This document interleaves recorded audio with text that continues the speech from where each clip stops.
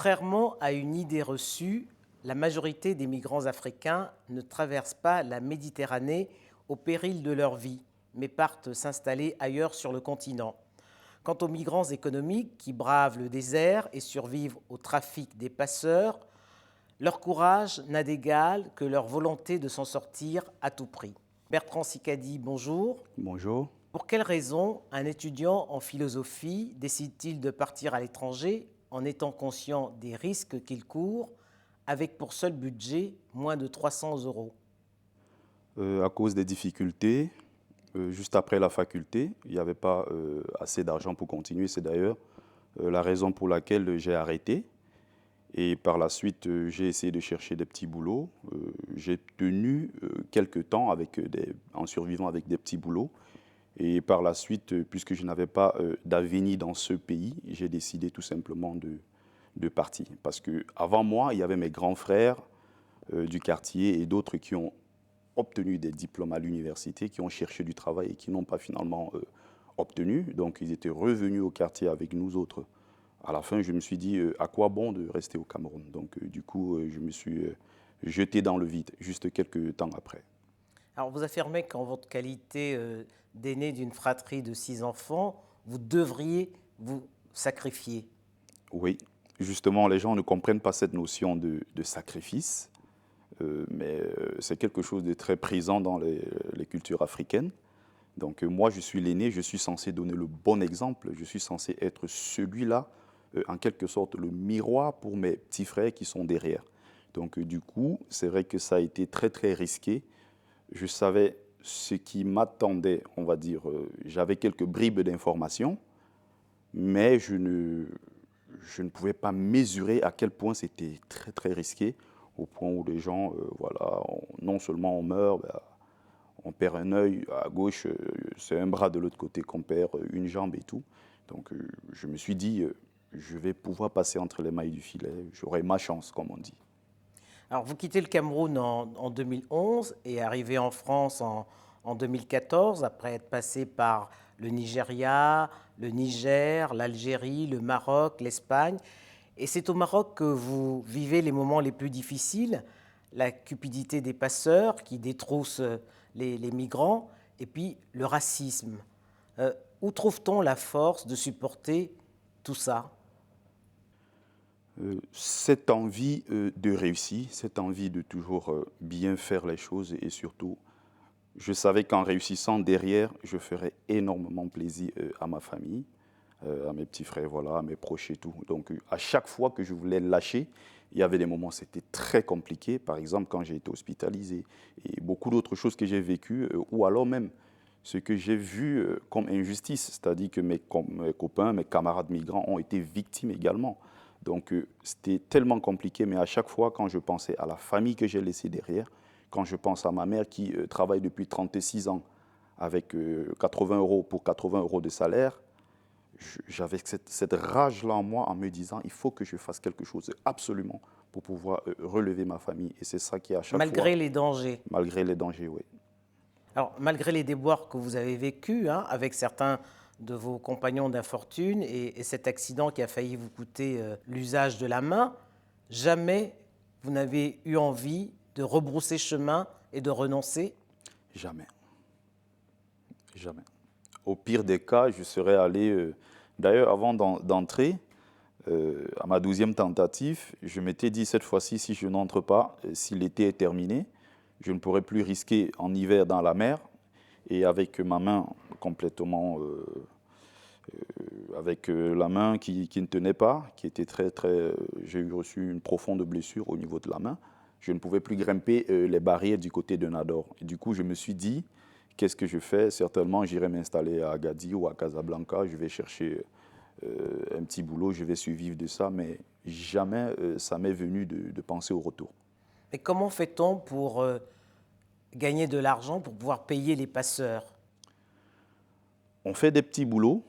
Il y a beaucoup de chantiers, on va dire de maçonnerie, des choses comme ça. Parfois, on donne des coups de main dans des marchés, c'est ce que je faisais le plus.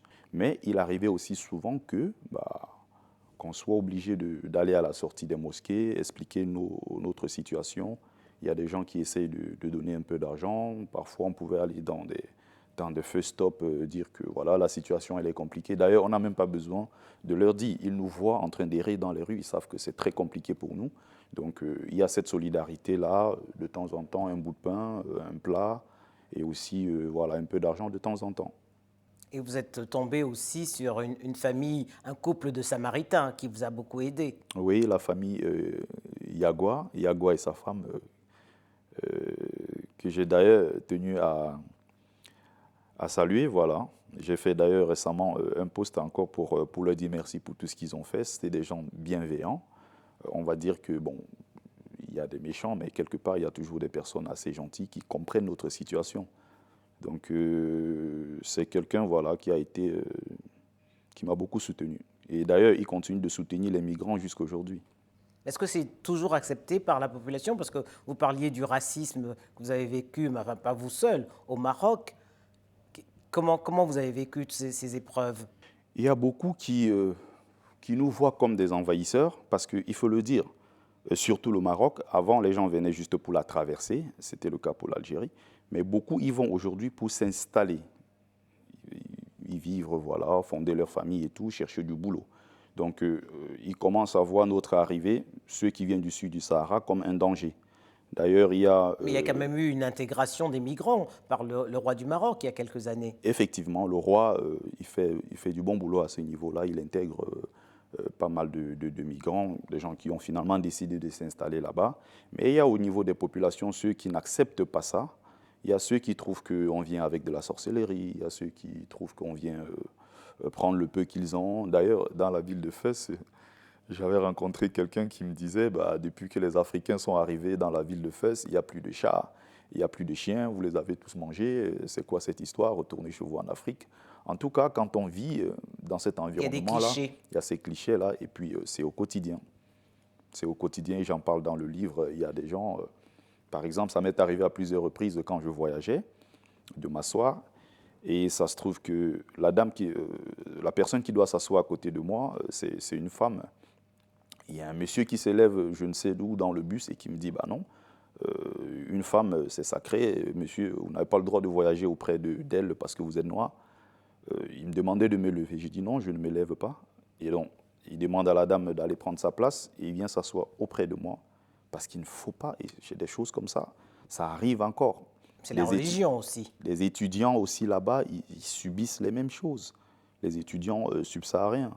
Et même des cadres, ce qui est quelque chose auquel les gens ne pensent pas forcément. Il y a des ingénieurs là-bas qui viennent, je ne sais pas, du Burkina Faso, du Cameroun. Il y a des informaticiens, des médecins, et qui subissent le même racisme au quotidien, malheureusement. Après, je ne vais pas généraliser, mais il y a des gens super gentils que j'ai rencontrés. Qu'est-ce que vous retenez des 2 années que vous avez passées au Maroc? Beaucoup de souffrance, beaucoup de peine, beaucoup de risques. Mais enfin, je dirais que même si je suis entré blessé, avec pratiquement, disons, presque une main en moins, j'ai une pensée pour tous ceux-là qui sont,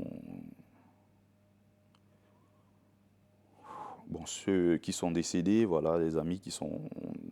C'est très difficile d'être le soir avec son ami, partager la même couverture, et il vous dit, bon, allez, on fait comme ça, bonne chance. On lui dit, allez, demain en Espagne, allez, bonne chance.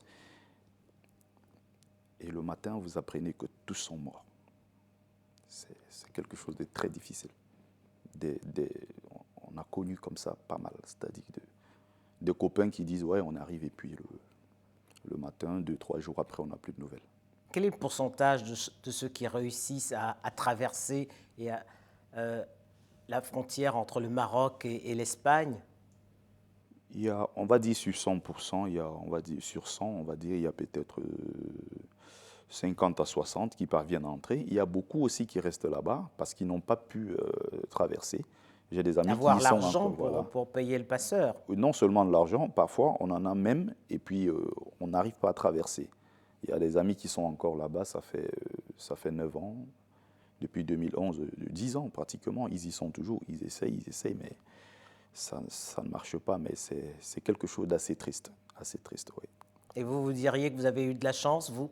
Beaucoup, beaucoup de chance, parce que le fameux 17 septembre 2013 dont je parle dans le bouquin, un jour tristement inoubliable dans ma vie.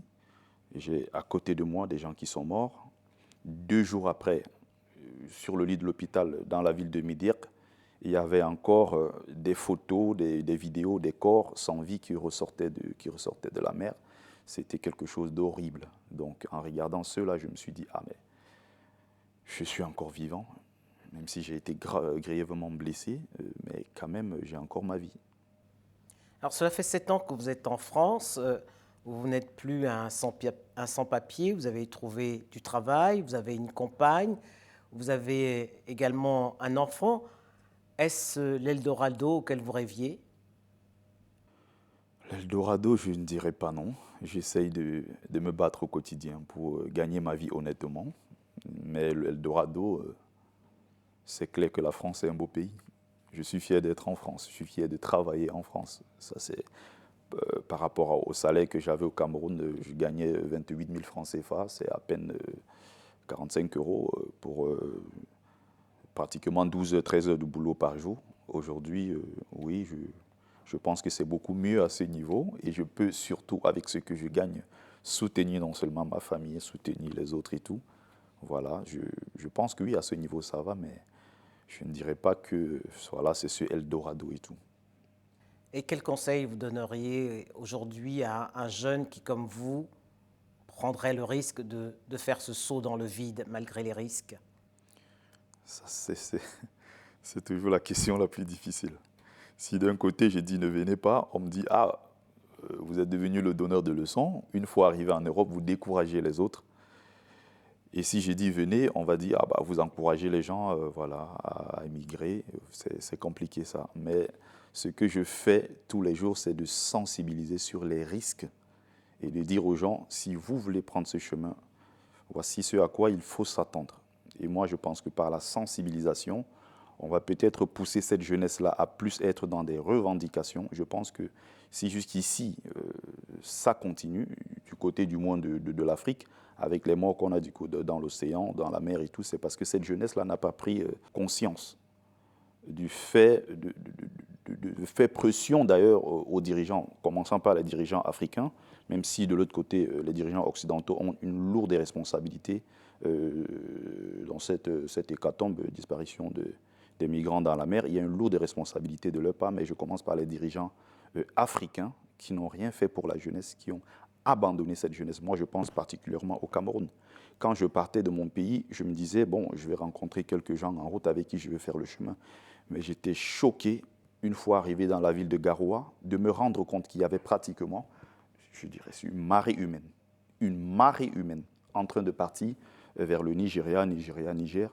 Je me suis retrouvé avec des centaines de Camerounais. J'étais choqué. Pire encore au niveau du Nigeria, qui est annoncé comme le géant économique.